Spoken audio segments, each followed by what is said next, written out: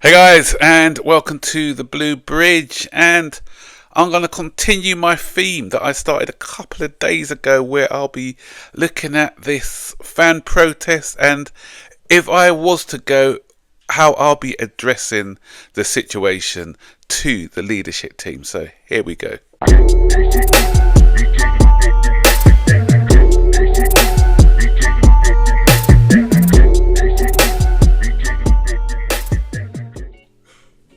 So, Chelsea Steve, or whatever his name is, went on to Talk Sport today, voicing his, talking. I think he's one of the organisers of this protest, which is going to be taking place next Tuesday against Southampton. And he went on to Talk Sport, and a lot of people are criticising him for the way that he came across. But at least he had the guts to go on. A lot of these people are criticising him. If they went on, would they have been able to articulate themselves better?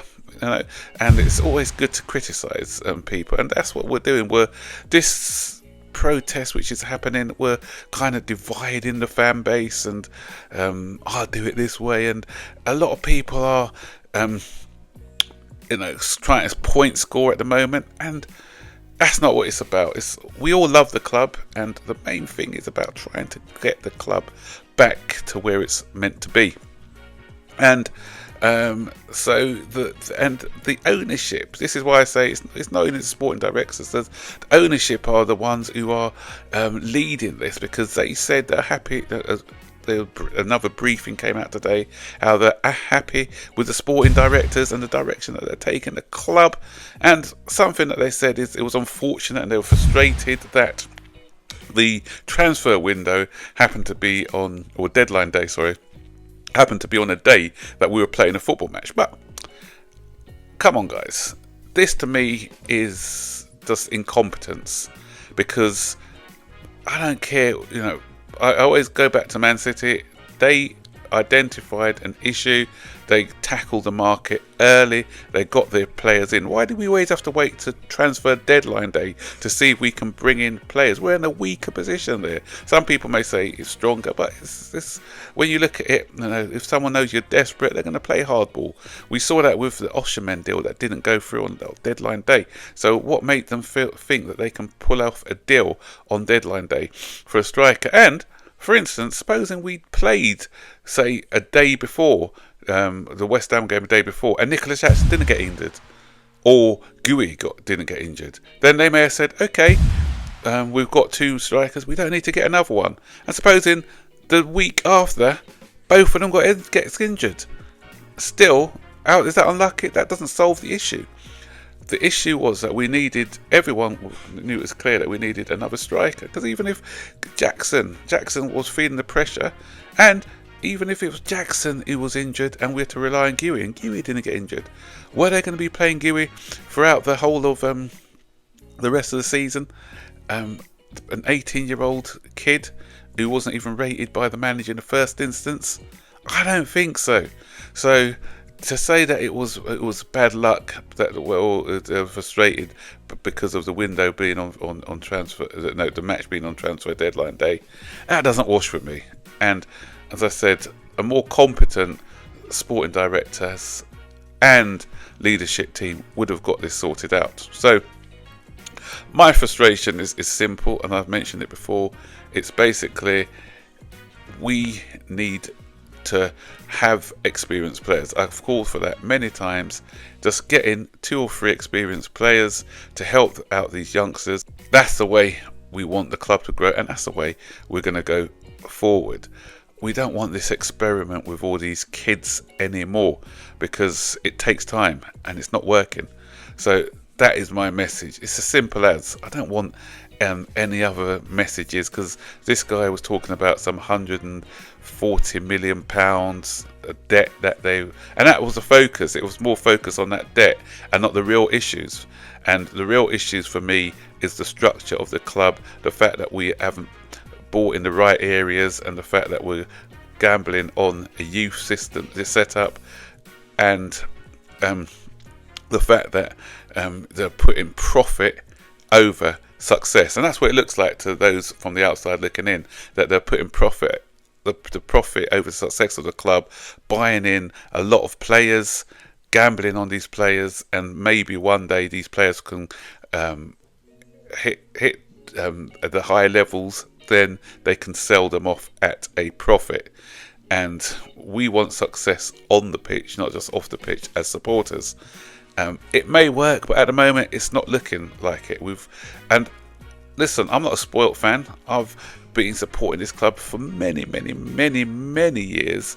I waited 21 years before actually seeing us lift a trophy, so no one can call me a spoilt fan.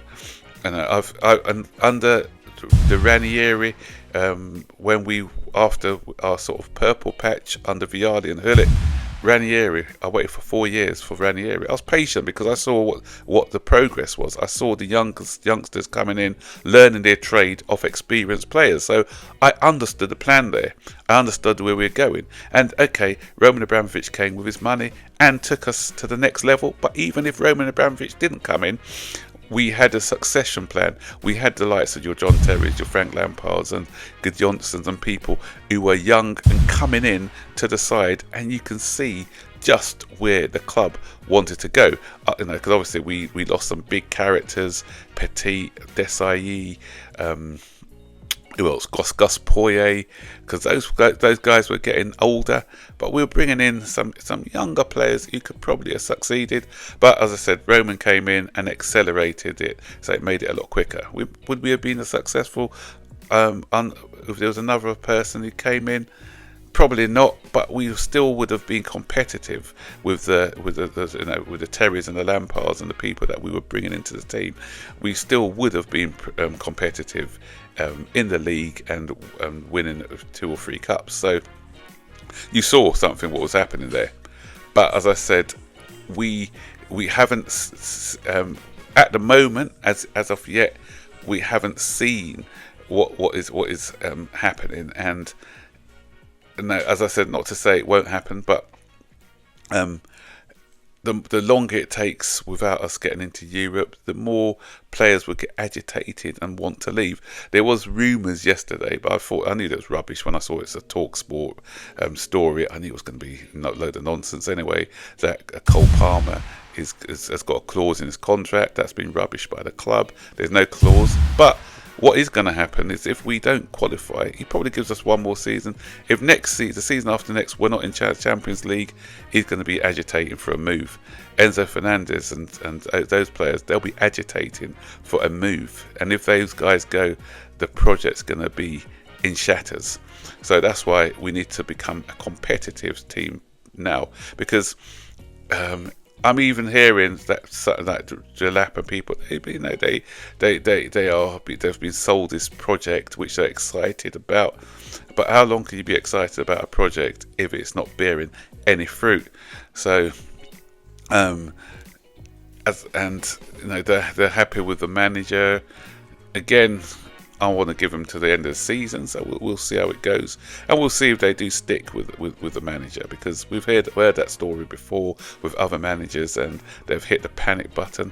And I want to be supportive of the club, but one thing I'm not going to do, I'll still watch the games and everything else. I say I want to be supportive, but with my protests, until I see better use of the money and I see them making better decisions, then I won't be buying the merchandise at the club at the moment, until I see real change happening and seeing them listening to the fans, because it looks like what money talks to these people, and the only thing that can hurt them is by seeing that the people are not buying into what they want. Because what's his name, Jordan, was saying, oh, it's not the fans club, it's the owners club, they're the ones who invest a lot of money. But without our money, without our investment, then there's not a lot that they can do. If we're not buying the shirts, the merchandise and everything else, then they'll start to sit up and listen.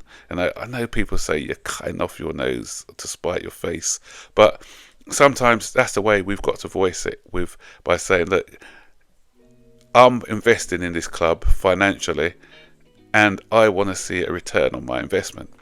So if you're just wasting the money, because don't, no matter what you say, okay, they've put some money in, but a lot of the money comes from sponsorship. Sponsorship is because of the amount of fans who are wearing the shirts, amount of merchandise that you're purchasing on match days, and that's what allows you to generate revenue as well. So the fans do have a say, and it's not just them, it's their club, it's our club. It belongs to all of us.